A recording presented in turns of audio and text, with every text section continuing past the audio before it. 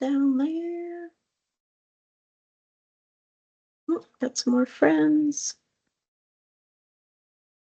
Erica.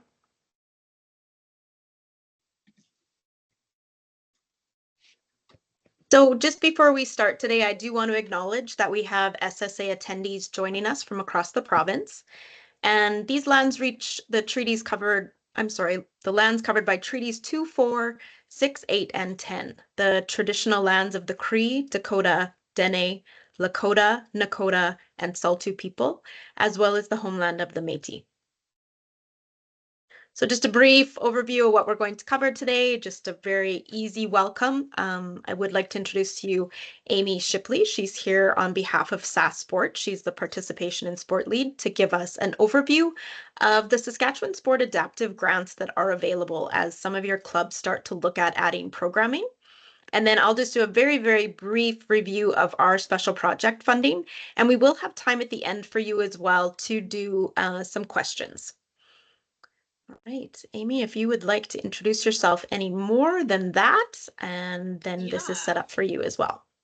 Yes, so thanks everyone for joining to hear about our adaptive sport grants. As Jen said, my name is Amy Shipley. I am the participation in sport lead for Sask Sports. So a lot of different programs fall under this area, but generally those programs that are interested in how are we improving access to sport for individuals across the province. And as part of that, when you do hear from Jen about the Spark grant, that's one of the programs that I'm responsible for as well. So that'll be a nice little update for me as well. And I just wanted to mention Jen, and this one is a tricky one, but within your land acknowledgement, it's the name is pronounced Soto. Soto. So yeah, so Thank you. it's spelled a little bit different than the way that you pronounce it. So Mhm. it's always a tricky one. People do get caught up on that one quite a bit. So Thank you. don't feel bad about that. But I just thought I would let you know moving forward. Yes, I love it. Thank you so much. Okay, so within Sask Sport, and I am a little bit remiss that Joelle Buckle is our adaptive sport consultant. She is away from work at the moment and will be away for quite some time now. So I'm kind of stepping in a little bit to help out with these. I do have some knowledge about them, but if you have very, very specific questions, I might have to take those and then get back to you on them because I might have to do a little bit of research on what the answers are. But generally, I do know about the grants. So I'm qualified in that regard. So we do have 4 programs. All of the programs within this area are really in place to help reduce the barriers for participation for people with disabilities. So there are 4 of them, and I'll go through them one by one, so I won't list them all out right now. But in terms of who can apply for the grants, individuals and clubs can apply. However, applications are received through the provincial sport governing body. So let's say that you know of an individual who needs a piece of equipment to help them to golf. You would talk to Golf Saskatchewan about the grant. You'd fill in the grant and then they kind of endorse it and send it along to us. And then I believe, receive the funds, which then get passed on to the individual or club. So I'm almost certain that's how it works. I do know for sure that you need to apply in conjunction with your provincial sport governing body. That makes sense. So we do have 2 intakes over the year. Applications must be sent to PSOs by March 22nd and September 22nd yearly. And then the PSOs endorse them and send them to us on April 1st and October 1st yearly. So we would have just had a deadline coming up right away. So you still have a couple more days to get those applications in. If you hear something today that is, yes, this is a fit, get talking with your PSO right away, access the grants from our website.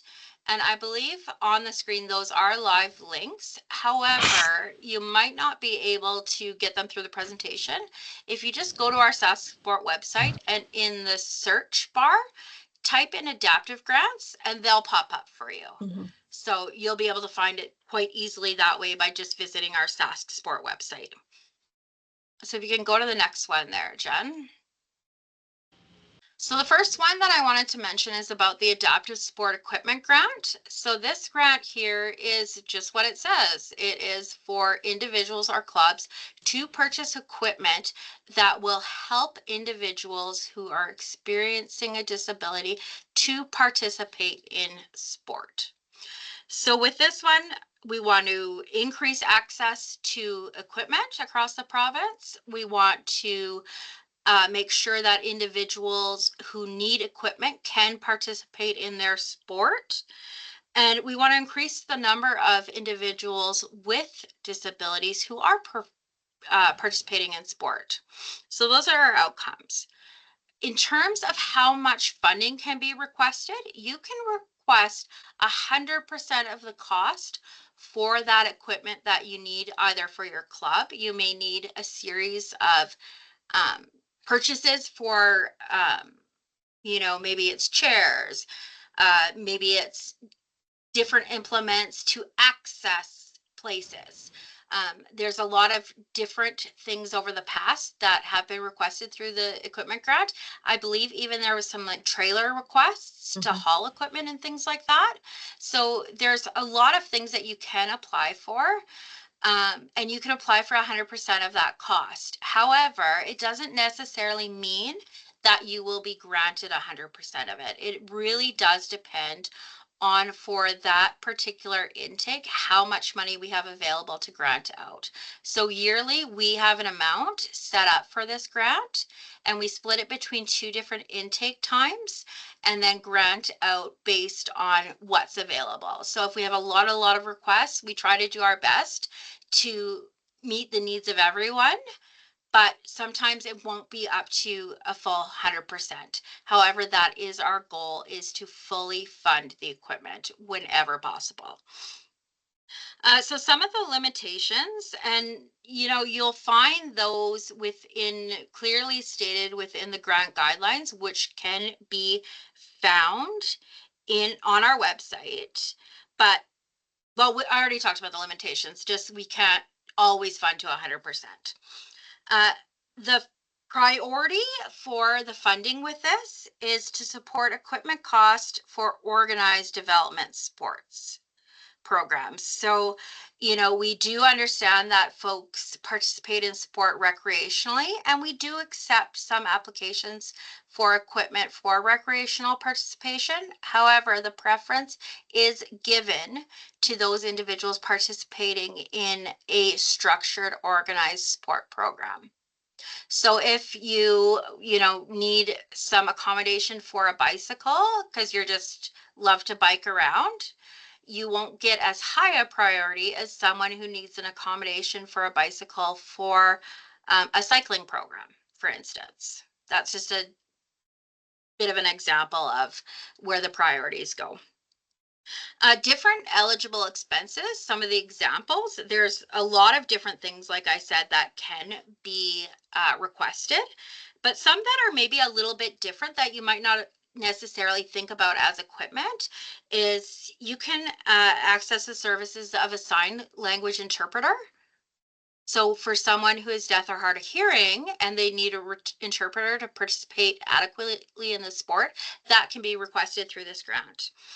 Things like facility rentals, marketing, and promotions. That's another thing that, you might not necessarily equate with equipment. And then coaching, officiating, and those types of things as well. Assistive technology equipment also is eligible. So if we can go to the next one, so do we want to ask questions about the grants individually, or just wait until I'm done with all of them and then ask questions? However you want to do it, Amy. If there's questions that come up, that's totally up to you. Okay, well, I'm on a roll. Maybe I'll just, because maybe another portion of it might answer your questions. So maybe I'll just go through them and then as I said, I'm open to answering any questions that I can today, Mhm. but also making the commitment to find you the answers that I can't provide today, if there are any. Perfect. So the next one is the Adaptive Sport Club Development Grant. And this one is to support new programs in communities or to expand or enhance existing sport programs and for people with a disability. The intended outcomes are for this one are to create more programs. We want more programs happening so more individuals can participate. We want to support enhanced education, training, and competitive sport opportunities. We want to reduce barriers to access. And like I said, increase the number of people with disabilities who are able to participate in sport. So with this one, the amount that you can apply for, and again, a club can apply for it through their PSO, is a maximum of $5,000 per year and $10,000 over a 3-year period. So if you have a program that you know you want to run for 3 years, you have $10,000 that you can apply for to do that. So potentially up front, you might want to apply for $5,000 right away because you need to get some of those club staples in place, like some additional equipment. So you can apply for the equipment grant and the club grant at the same time. Sorry, I lost what word I was going to say, but you can apply to them together. So you may apply in the first year for $5,000 because it's a bigger startup cost. And then the next 2 subsequent years, you might only apply for $2,500 in each year because you have some of those outright costs spent up in the first year.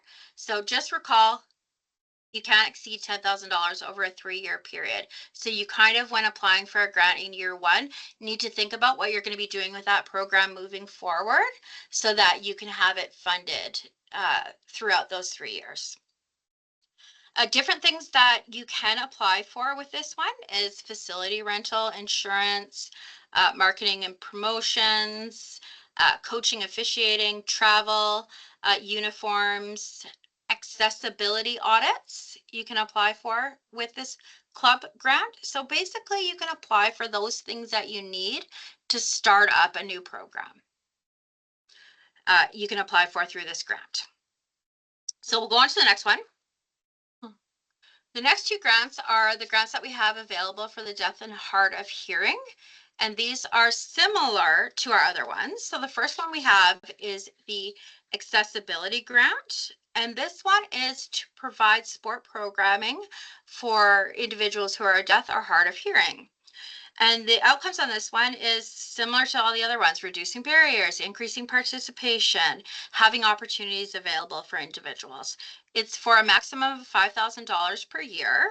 Some of the things that you can use to apply, or the expenses that you can have for this grant, are things like costs for competition, attending training camps, costs just associated with regular ongoing training, and costs directly from sport participation for an athlete who is deaf or hard of hearing. So for instance, with this grant here, the accessibility grant, if you are a soccer club and you're running a program and you have maybe 2 individuals who are either deaf or hard of hearing on a team, you can apply for this grant for things like sign language interpretation, different things that you need to make the sport more inclusive and to increase accessibility for those individuals participating on one of your just mainstream programs, for instance.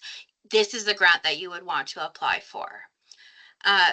So with that being said as well, this accessibility grant is for smaller numbers of athletes. So 5 athletes or less.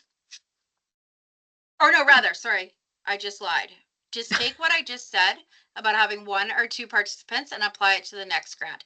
This is the one for larger participants. So more than 5 people, you want to develop a program specifically for deaf and hard of hearing individuals. This is the one you use. The next one is the athlete assistant grant. So if you flip the page over on that one, this one is for, let's say you only have 2 athletes on a team, you want to apply for some things to make that team experience more inclusive and accessible, this is the grant you would use. So everything I just said about participants, apply it to this one here.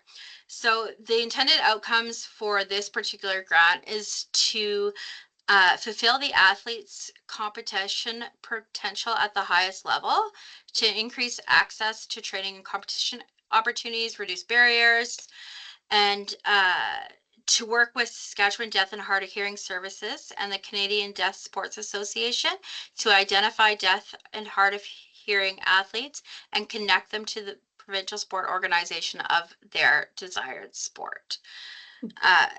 With this one here, we use this grant for where there are less than 5 participants participating in a team. And the maximum eligible amount is $2,000 per athlete. So not per program. The other one was for program. This one is $2,000 per year per athlete. Different things that you may expend to this grant. Like I said, a sign language interpreter may be one. Assistive technology equipment, facility rental, communications, coaching, officiating, education on how to engage with deaf and hard of hearing athletes. So if you do have a club, or not rather a club, team where you have a couple of coaches coaching kids and one child on the team happens to be deaf or hard of hearing, you can apply to this grant to get some training for those coaches to be able to learn how to better engage with those athletes and create a better experience for those athletes. So for instance, last year on our team, for the North American Indigenous Games, we had a baseball player who was deaf. And so we had to learn about what accommodations would be needed, and so that we could provide those for the athlete. And we didn't apply for a grant because we had some money to cover it ourselves, but we did get some training for that baseball coach to be able to learn how to interact well with that athlete and to learn about the needs of the athlete in terms of coaching, in terms of traveling. So it's not just the field of play, things that come up when servicing athletes with a variety of differing needs. It's also the travel, it's the accommodations in the hotels or in the athlete village, those types of things that we also want to think about. And different educations are available and different training sessions are available to learn these different things and to just kind of highlight to you, what do I need to think about as a coach when dealing with athletes who are not only deaf or hard of hearing, but also athletes with a disability. There are specific coaching programs that can provide some additional information, as well as there's organizations you can reach out to. The Saskatchewan Wheelchair Sport Association is one of them. We also have a blind sport organization. And then we also have individuals who have expertise around deaf and hard of hearing athletes as well. So there are a lot of resources out there. And if you run into situations where there are individuals that, could use some accommodations and you want to learn about it, reach out to us and we can connect you with them. I don't know everybody off the top of my head right now or exactly where you would go for it, but I can find out. So if that's one of your questions, I can find out. I think that's all. Excellent. I'm just going to scooch through mine super quickly and then we'll just spend some time chatting. One of the other things that SAS Soccer Association has is our special project funding. That's part of your MAP grant. So it also can assist you with some of these things if you don't have all of the project covered through SAS sport grants. And it just falls into our everyone's game strategy where we really want to be inclusive and diverse and make soccer accessible to everyone. So part of applying for that funding does include adaptive soccer programming as well. And we'll have webinars on this in the springtime of just different ways that you can engage new athletes into your programming. So we will spend some time with some questions. I'm just going to stop sharing my screen here so I can see everyone again. I was out in La La Land for a while. And yeah, any questions that you guys have, no questions um, are too silly to ask. The adaptive and parasport world is sometimes scary to navigate at first, but it really isn't once you have information and are able to access some of these programs to really help you get started. And like Amy said, Saskatchewan Wheelchair Sports is a huge resource for that. I used to work for them myself, and I do coach in adaptive sports, so I'm also super familiar with these grants. So did we have anything in the chat? Could I get a list of the outside resource programs? Angel, which ones were you talking about for that?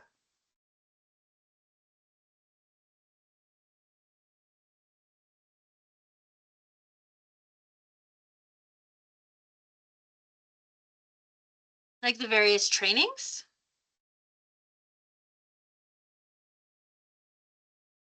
We can definitely get that list if it's for the training. Oh, yeah, for sure. And we do have some of their links on our website as well. So when I do share the recording after this, we can share some of the links that Amy had. We'll share Saskatchewan Wheelchair Sports website, and we can add a few things to that for you as well. It is really a good idea. I think that if you do encounter athletes who are experiencing a disability, that you access some of those resources and services just to kind of update yourselves, or maybe this is brand new for you, to get some support in how to really welcome those athletes into the team. It can make all of the difference for that athlete participating if they have someone who has even asked them about different accommodations or different ways that you can help support the needs of an athlete. That can make all of the difference between an athlete coming back to your program or saying, hey, this sport's not for me. So spending that little bit extra time in learning and finding things out can be super, super helpful to improving the experience that athletes with a disability do have in our system. So over the next 2 weeks as well for coaches, I know a couple of you are registered. Sockability Canada is coming this Saturday to facilitate a program in Saskatoon, and he's going to bring a lot of resources as well. And we will have hands-on experience in the afternoon working with athletes with a disability. So I know some of you are talking about beginning this in your programming, and encourage those families and athletes to come out and just have some fun and play and check out the adaptive programs and equipment.